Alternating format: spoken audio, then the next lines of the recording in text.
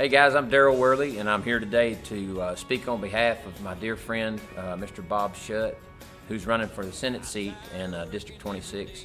And we need him to win this and get the gig because he's an incredible human being. He's got good conservative values. He's a believer. He's a family man. He works hard, and I guess most of all, he is deeply embedded and invested in West Tennessee. Bob's the kind of person, and he always has been, that he knows that you have to surround yourself with good people that care about the same things you do to really get something done. You can't do it all by yourself as one individual. The thing about Bob, and this is really important, is that he's not doing this for Bob. He's not doing this to promote himself. He's not doing it to further himself. He's doing it for the right reason. He's doing it because he cares about West Tennessee, and we don't want to just get him elected. We want to get him in there and then support him.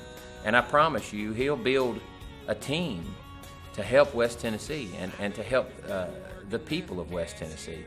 And so we want to get him in there, and we want to support him in this, and that's how you get things done. Bob Shutt wants to make a better West Tennessee for our children and our grandchildren, and that's very, very important to me too. Everyone across the district is concerned about health care. And I can tell you from experience, we have the Darryl Worley Cancer Treatment Center here in Savannah. And I tried to get them to name it after somebody else, but they wouldn't have it. So it has been amazing for the hospital here, for the whole medical campus, and for Savannah and the surrounding areas. It's not just about Savannah, but it was not an easy undertaking. And Bob was right in it from the get-go because, you know, with him and the whole staff and all the people that were involved with the Hardin Medical Center, together we were like pit bulldogs. We just wouldn't give up. We kept on going back, and we did all the things that we had to do to finally get the permits and everything to start building.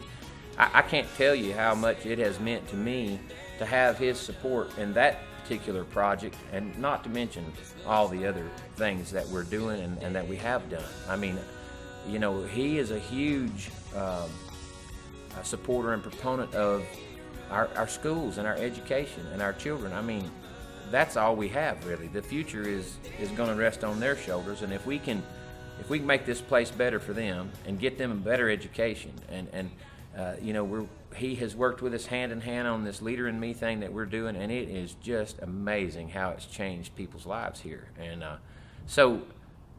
it's not just one thing, but when I think about the big things that have come through for us, the Cancer Treatment Center was a multi-million-dollar project, and between the foundation and the community, we raised that money and paid that thing off pretty quick. And for several years now, we've been treating patients, changing lives, saving lives. I went to Selmer to the Survivors Banquet this year for the first time. I didn't even know what it was, but I'll try not to miss another one, because there was a lot of people there that have survived the dreaded disease because we cared enough to make this happen. Bob is a huge supporter of our military, and not just the active duty folks that are in there getting it done right now, but our veterans. I mean, most recently he sort of spearheaded the whole movement to get this Veterans Memorial Park built right here in Savannah, and it was amazing. I didn't know a whole lot about it. I heard the rumblings, but I rolled into town one day after being gone for a while, and I just passed by it, and I probably almost ran off the road because it's absolutely beautiful. Not only do we have the park, but this year, for 2016, when we started making plans for the big concert here in Savannah, I think is October 8th, Bob and he approached me about it and said, can we make this a celebration, a tribute to our military? And he knew the answer to the question before he asked me, but I was really, really excited about the fact that we were doing that.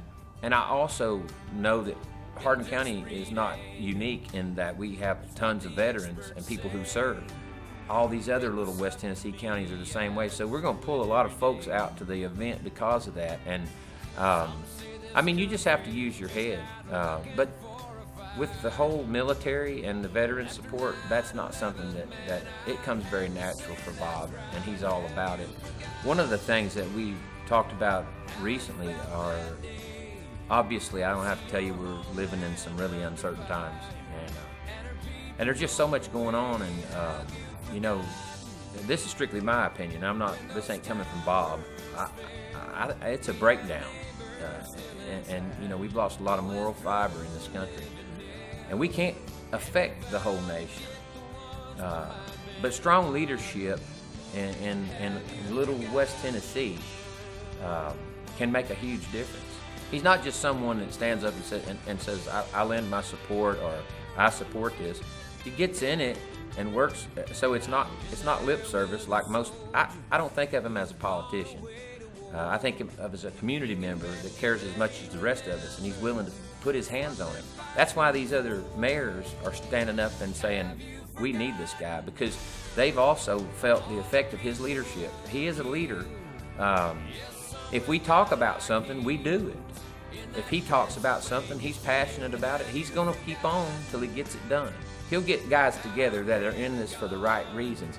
They're there to represent the people. So in bringing their leaders in, the people will follow. The people will be involved in these projects too. You can't get anything done without them. That's how we've accomplished everything that we've been able to do here, and that's how he'll run the office, because he wants to represent the people and what they need. Have you forgotten? Have you forgotten?